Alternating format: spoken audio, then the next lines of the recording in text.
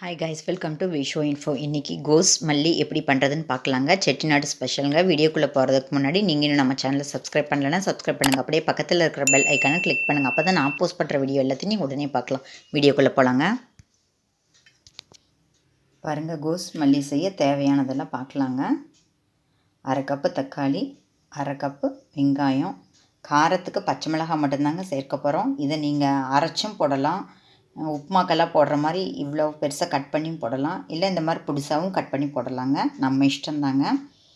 அடுத்தது இதுக்கு நம்ம மெயினாக சேர்க்க வேண்டியது இதுக்கு எதுவுமே நம்ம அரைச்சி ஊற்ற போகிறது இல்லைங்க. இது ஒன்று தான் திக்காக இந்த கிரேவியை பண்ண உதவும்.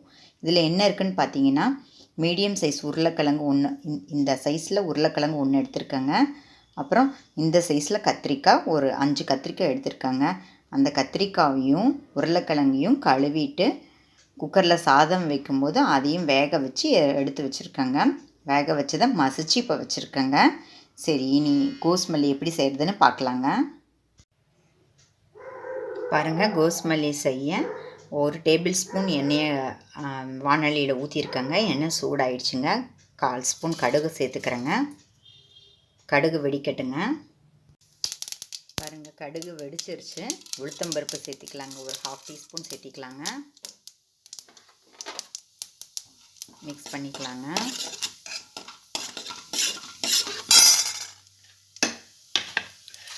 இப்போ காரத்துக்கு நாம் எடுத்து வச்சுருக்கிற பச்சை மிளகாயை சேர்த்திக்கலாங்க.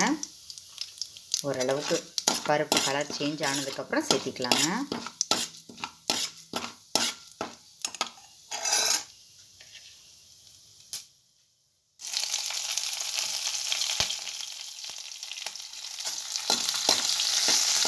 இது கலர் கொஞ்சம் சேஞ்ச் ஆகட்டுங்க. அதுக்கப்புறம் வெங்காயம் தக்காளி போடுறத பார்க்கலாங்க. பாருங்கள், நம்ம எடுத்து வச்சுருக்கிற வெங்காயத்தை இப்போ சேர்த்துக்கலாங்க.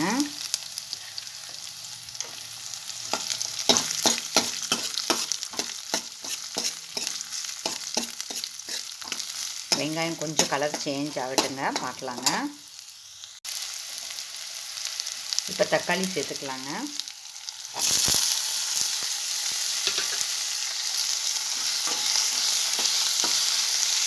இப்போ இந்த வெங்காயம் தக்காளி வதங்கிறதுக்கு அப்புறம் இந்த கோஸ் மல்லிக்கு தேவையான உப்பை இப்போ நம்ம சேர்த்துக்கலாங்க.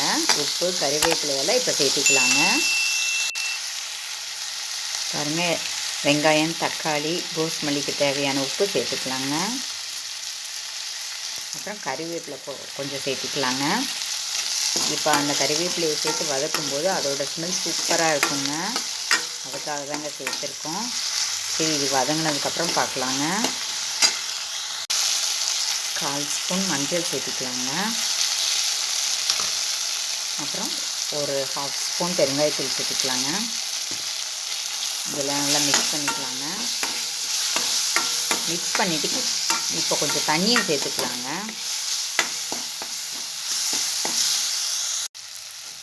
பாருங்கள், நாம் சேர்த்த பச்சை மிளகாய் தக்காளி வெங்காயம் எல்லாம் நல்லா வதங்கிடுச்சுங்க. இப்போ தண்ணியும் கொஞ்சம் ஊற்றிக்கலாங்க.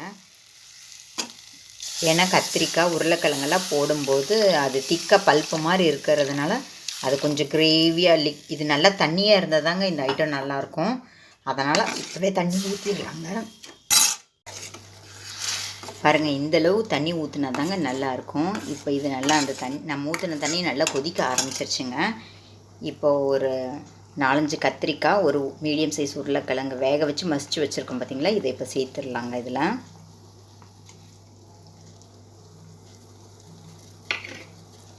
சேர்த்துட்டு நல்லா மிக்ஸ் பண்ணிக்கலாங்க. இந்த ஐட்டம் ரொம்ப தண்ணியாக தாங்க இருக்கும். தண்ணியாக இருந்தால் தான் செம்ம டேஸ்ட்டுங்க. இது நல்லா கொதிக்கட்டுங்க, பார்க்கலாம். பாருங்கள், நம்ம கோஸ் மல்லி கொதிச்சு ரெடி ஆகிடுச்சுங்க. இப்போ இந்த கொத்தமல்லி போட்டு இறக்கிடலாங்க. பாருங்கள், நம்ம செட்டிநாடு ஸ்பெஷல் கோஸ் மல்லி சூப்பராக ரெடி ஆகிடுச்சுங்க. இதுக்கு தக்காளி மட்டும்தாங்க போடணும்.